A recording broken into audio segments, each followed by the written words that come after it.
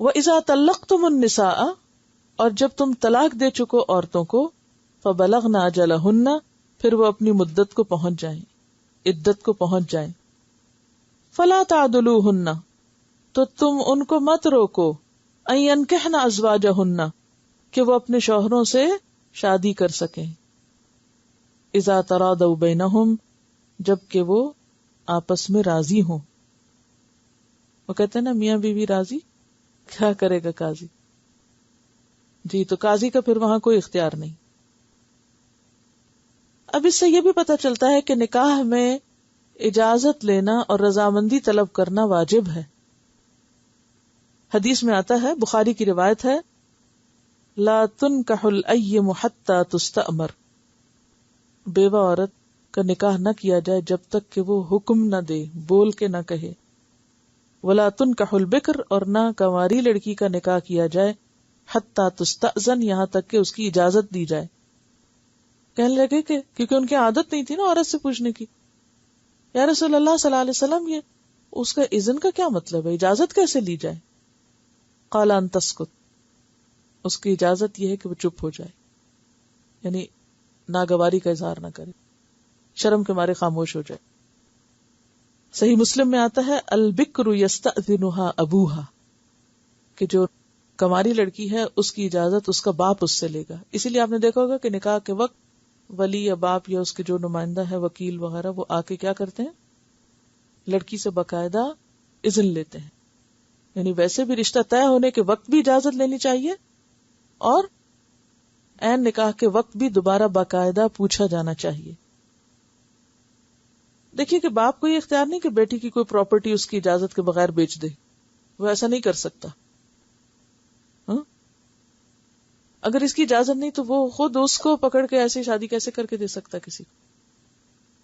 اگر وہ اس کے مال کا ایسا اختیار نہیں رکھتا تو اس کی جان کا ایسا اختیار کیسے رکھتا ہے؟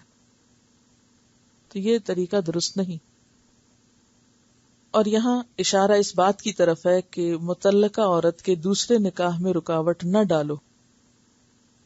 اور ایک معنی کیا ہے کہ اگر وہ پچھلے اپنے شوہر کی طرف لوٹ کے جانا چاہے تو اس میں رکاوٹ نہ ڈالو۔ اس میں ایک روایت آتی ہے، معقل بن یسار کہتے ہیں کہ میں نے اپنی بہن کا نکاح ایک مرد سے کر دیا، اس نے میری بہن کو طلاق دے دی۔ جب اس کی عدت پوری ہو گئی تو اس نے دوبارہ نکاح کا پیغام بھیجا۔ میں نے اسے جواب دیا کہ میں نے اس کا تجھ سے نکاح کیا تھا، تیری تعظیم کی تھی، تو نے اسے چھوڑ دیا، اب تو اگر پھر پیغام بھیجتا ہے تو واللہ اب دوبارہ یہ تجھے نہیں ملے گی، اب نہیں نکاح کروں گا۔ وہ شخص جو تھا وہ اچھا تھا، یعنی نیچر کا اچھا تھا، اور بہن بھی واپس جانا چاہتی تھی۔ وہ مرد نیک بخت تھا اور میری بہن اس سے رجوع کرنے پر راضی تھی، تو اس وقت اللہ تعالیٰ نے یہ حکم بھیجا، فلا تعدلوہن، کہ عورت کے واپس جانے کے راستے میں رکاوٹ نہ بنو۔ تو میں نے کہا یا رسول اللہ، اب میں اس سے نکاح ضرور کر دوں گا۔ آپ نے فرمایا ہاں، اس سے نکاح کر دو۔ تو مومن کیسا ہوتا ہے؟ کسی بھی چیز کو انا کا مسئلہ نہیں بناتا۔ پہلے وہ کہہ رہا کہ بالکل نہیں کروں گا، دیکھو میں نے تمہیں نکاح کر کے دیا تھا، تم نے یہ اس کی عزت کی، گھر سے نکال دیا، اور اب تم پھر آ گئے ہو، جاؤ چھٹی کرو۔ اور اتنے میں اللہ کے رسول صلی اللہ علیہ وسلم پر یہ وحی آتی ہے، آپ اس کو بتاتے ہیں، تو وہ شخص فوراً کہتا ہے کہ میں مان گیا۔ یہی ہے قالوا سمعنا واطعنا، کوئی انا کا مسئلہ نہیں۔ ہمارے سامنے ایک نہیں 10 آیتیں کو پڑھ کے سنائے تو ہم کہتے نہیں بس میں نے فیصلہ کر لیا، اب نہیں مانوں گا۔ دوسری روایت میں آتا کہ معقل بن یسار نے قسم کھا لی تھی کہ وہ نکاح دوبارہ نہیں کر کے دے گا، لیکن جب حکم آیا تو اللہ کی رضا کے آگے سر تسلیم خم کر دیا۔ اسی کے بارے میں وہ حدیث آپ نے پڑھی تھی نا کہ جب ایک انسان کسی نیکی کے کام کو نہ کرنے کی قسم کھا لے اور پھر اس کو پتا چلے کہ اس کام کے کرنے میں زیادہ بہتری، تو کیا کرے؟ قسم توڑ دے اور کفارہ دے دے۔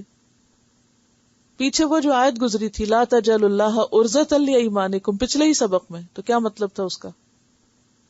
اللہ کے نام کو استعمال نہ کرو نیکی کے کام سے رکنے کے لیے۔ یہ موقع اس کی وضاحت کر رہا ہے کہ بعض اوقات انسان ایک جائز کام کو اپنے اوپر حرام کر لیتا ہے، کس سے؟ قسم کھا کے. قسم کھا کر کیا کہتا ہے؟ میں یہ نہیں کروں گا. جیسے معقل نے قسم کھا لی کہ میں بہن کی شادی دوبارہ اس شخص سے نہیں کروں گا.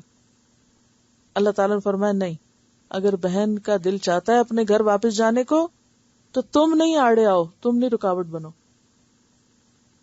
اچھا یہاں تو آپ دیکھیے طلاق ہو گئی، عدت گزر گئی، سب ہو گیا، وہ دوبارہ نکاح کا پیغام دے رہا ہے. لیکن ہمارے ہاں تو اگر کسی وقت شوہر نے بیوی کو کچھ برا بھلا کہہ دیا، ناراض ہو گیا، تو عموماً میکے والے بیچ میں مداخلت کرتے ہیں. وہ چھوٹی سی بات ہوتی ہے نا، اس کو اتنا طویل کر دیتے ہیں. ابھی طلاق نہ بھی ہو تو وہ کہتے ہیں نہیں اب واپس نہیں جا سکتی. اور ایسے ایسے انا کے مسئلے بنا کے گھروں کو برباد کر دیتے ہیں کہ جس کے پیچھے نہ کوئی لاجک ہے اور نہ ہی کوئی شریعت کا حکم سوائے اپنی انا کے. تو یہ سب ناجائز باتیں. اسی لیے آپ دیکھیے کہ یہاں پر وَاعْلَمُوا کی تکرار ہے، وَاتَّقُوا اللہ کی ہے، تِلْکَ حدود اللہ کی ہے، تاکہ لوگ خدا سے ڈرتے ہوئے ان معاملات کو طے کریں. اور دوسرا معنی جیسے میں نے عرض کیا تھا کہ دوسرا نکاح اگر کہیں اور شادی کرنا چاہتی ہے تو اس پر بھی رکاوٹ نہ بنے کہ تمہیں ایک شادی سے سمجھ نہیں آئی یا پھر شادی کرنا چاہتی. ذَلِكَ يُوعَظُ بِهِ مَنْ كَانَ مِنْكُمْ يُؤْمِنُ بِاللَّهِ وَالْيَوْمِ الْآخِرِ. یہ تو نصیحت اس کے لیے جو اللہ اور یوم آخرت پر ایمان رکھتا ہے. جس کے دل میں اللہ اور یوم آخرت پر ایمان نہیں، وہ اس بات کو نہیں سمجھے گا اور وہ اس معاملے کو درست طور پر حل نہیں کرے گا.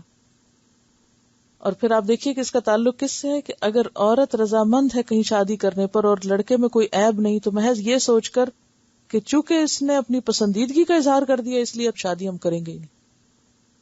کئی خاندانوں میں یہ بھی ایک ہوتا ہے نا مسئلہ کہ ویسے لڑکا بہت اچھا، بھی کیا مشکل ہے، کوئی مشکل نہیں، چونکہ یہ دونوں ایک دوسرے کو لائک کرتے ہیں تو ہمارے ہاں تو یہ ہماری عزت کے خلاف ہے اور ہماری انا کے خلاف ہے، اب نہیں ہم شادی کر کے دیں گے. اگر یہ بات نہ ہوتی تو ہم ضرور کر دیتے. اب یہ بھی خود ساختہ ایک قصہ ہے. تو اسی طرح وائس ورثہ جبرن نہیں کہیں کر سکتے. مثلا حضرت خنسا بنت خزام کہتی ہیں کہ میرے باپ نے میرا نکاح کر دیا جبکہ میں سیبہ تھی. سیبہ کیا ہوتا ہے؟ شادی شدہ تھی اور طلاق یافتہ تھی یا شوہر فوت ہو گئے. میں اس نکاح کو پسند نہیں کرتی. آخر میں آپ صلی اللہ علیہ وسلم کے پاس آئی تو آپ نے میرے باپ کے کیے ہوئے نکاح کو فسخ کر دیا. تو اس سے کیا پتہ چلتا ہے کہ جبرن نکاح نہیں کرنا چاہیے. فرمایا ذالکم ازکا لکم، یہ بات تمہارے لیے زیادہ پاکیزہ. کون سی بات؟ کس بات کی طرف اشارہ ہے؟ یہ بات تمہارے لیے پاکیزہ تر ہے. نمبر 1، ایک جائز معروف طریقے سے ہونے والے نکاح میں رکاوٹ نہ ڈالنا. نمبر 2، شوہر اور بیوی کی، لڑکے اور لڑکی کی باہم رضامندی سے شادی کرنا. نمبر 3، پسند کی شادی کوئی جرم نہیں، کوئی گناہ نہیں. مثلا اگر آپ کا بیٹا یہ کہتا ہے کہ میں اپنی فلاں کزن سے شادی کرنا چاہتا ہوں اور وہی کروں گا، اور آپ کی اور اس کزن کی ماں کی نہیں بنتی تھی یا 2 بھائیوں کی نہیں بنتی تھی، اب آپ سے کسی صورت گوارا اور برداشت نہیں کہ آپ کے بچے آپس میں شادی کریں، تو عموماً پھر کیا کرتے ہیں؟ وہاں نہیں کروں گی اور جہاں مرضی کو کر. نہیں، اب انا کا مسئلہ نہیں بنا. ذالک ازکا لکم، یہاں اپنی انا مار کے، اپنے اختلافات بھول کے، یا اپنی جلن اور حسد اور اپنے جو وہ بغض ہے اس کو ختم کر کے ان بچوں کی شادی کر دینا. ازکا لکم، اس میں تمہارا تزکیہ ہوگا. کیا تزکیہ ہوگا؟ ہاں، کسی کے جائز حق کو دینے کے لیے اپنی ناجائز بات کو پی جانا، ختم کر دینا، یہی تزکیہ ہوتا ہے. یعنی اپنے پسند اور ناپسند کو اللہ کے حکم کے تابع کر لینا. ٹھیک ہے میرا دل تو نہیں مانتا لیکن اللہ کا حکم ہے تو میں راضی ہوں. عموماً آپ دیکھیں ہمارے معاشرتی مسائل کیا ہیں، یہی مسئلے بنائے ہوئے نا، بے وجہ کے مسئلے بنائے ہوئے. اچھا بعض اوقات والدین رکاوٹ ڈالتے ہیں جائز وجہ سے بھی، لیکن عموماً رکاوٹیں جائز وجہ سے نہیں ڈالتے. یا انا کا مسئلہ ہوتا ہے یا اسٹیٹس کا مسئلہ ہوتا ہے. مثلا لڑکے نے ایسی لڑکی پسند کر لی جو طلاق یافتہ ہے، اب تو آش آمد گئی، تو ہو ہی نہیں سکتا. کوئی بیوہ تھی یا طلاق یافتہ تھی یا عمر میں بڑی تھی یا شکل میں فرق تھی، یعنی لڑکا گورا ہے اور لڑکی کالی، یا کلچر کا کوئی فرق ہے، یا کوئی اور اس طرح. تو دیکھیں اسلام نے جہاں منع کیا وہ تو شرک ہے اور کفر ہے، اور اگر وہ نہیں تو دین ہے اور بظاہر کوئی ایسی خاص خرابی نظر نہیں آتی. ایک ہوتا ہے نا کہ بظاہر ایسی خرابیاں ہیں کہ جو آئندہ بچوں کے لیے بڑی نقصان دہ ہو سکتی، تو اس میں تو ماں باپ روک سکتے ہیں. لیکن بظاہر اگر کوئی خاص خرابی نظر نہیں آتی تو بے وجہ کلچر اور انا اور روایتیں اور ان سب چیزوں کو مسئلہ بنا کے شادی جیسے ایک سمپل کام میں رکاوٹیں نہ ڈالو اور زندگی کو دوبر نہ بناؤ.